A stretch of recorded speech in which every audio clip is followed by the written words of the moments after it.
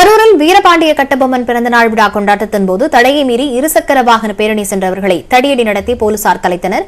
இதுகுறித்த விவரங்களுடன் செய்தியாளர் கார்த்திகேயன் இணைந்திருக்கிறார். கார்த்திகேயன், இது குறித்து போலீசார் தரப்பில் என்ன சொல்லப்படுகிறது?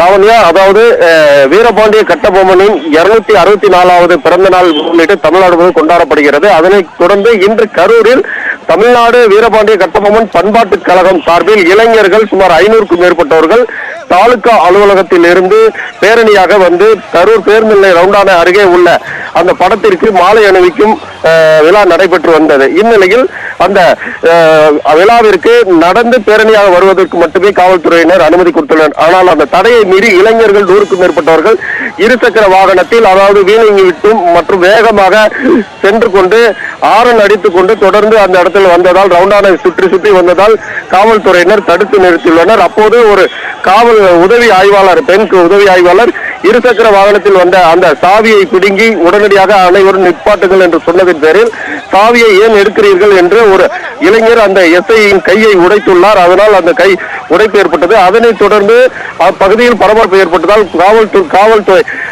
மாவட்ட காவல் கண்காணிப்பாளர் தலைமையிலான போலீசார் 100க்கும் மேற்பட்டவர்கள் அப்பகுதியில் குவிக்கப்பட்டு அந்த பண்பாட்டுக் கழகத்தின் இளைஞர்களை பகுதியில் இருந்து அப்புறப்படுத்துவதற்கான நடவடிக்கை மேற்கொண்டனர். அதாவது வீரபாண்டிய கட்டபொம்மனின் பிறந்தநாள் முன்னிட்டு 264 பிறந்த நாளை முன்னிட்டு இளைஞர்கள் மாலை அணிவித்து அந்த கொண்டாட்டத்தில் ஈடுபட்ட போது ஒரு சிலரின் இந்த தவறான அந்த காரணத்தால் தற்போது அந்த பகுதியில் பரபரப்பு ஏற்பட்டுள்ளது. உடனடியாக போலீசார் அனைவர்களையும் தடியடி நடத்தி தற்போது அப்புறப்படுத்தியுள்ளனர். தற்போது காயமடைந்த அந்த பெண் உதவி ஆய்வாளர் தற்போது கரூர் அரசு மருத்துவக் கல்லூரி மருத்துவமனையில் சிகிச்சைக்காக அனுமதிக்கப்பட்டுள்ளனர். லாவண்யா, விவரங்களுக்கு நன்றி கார்த்திகேயன்.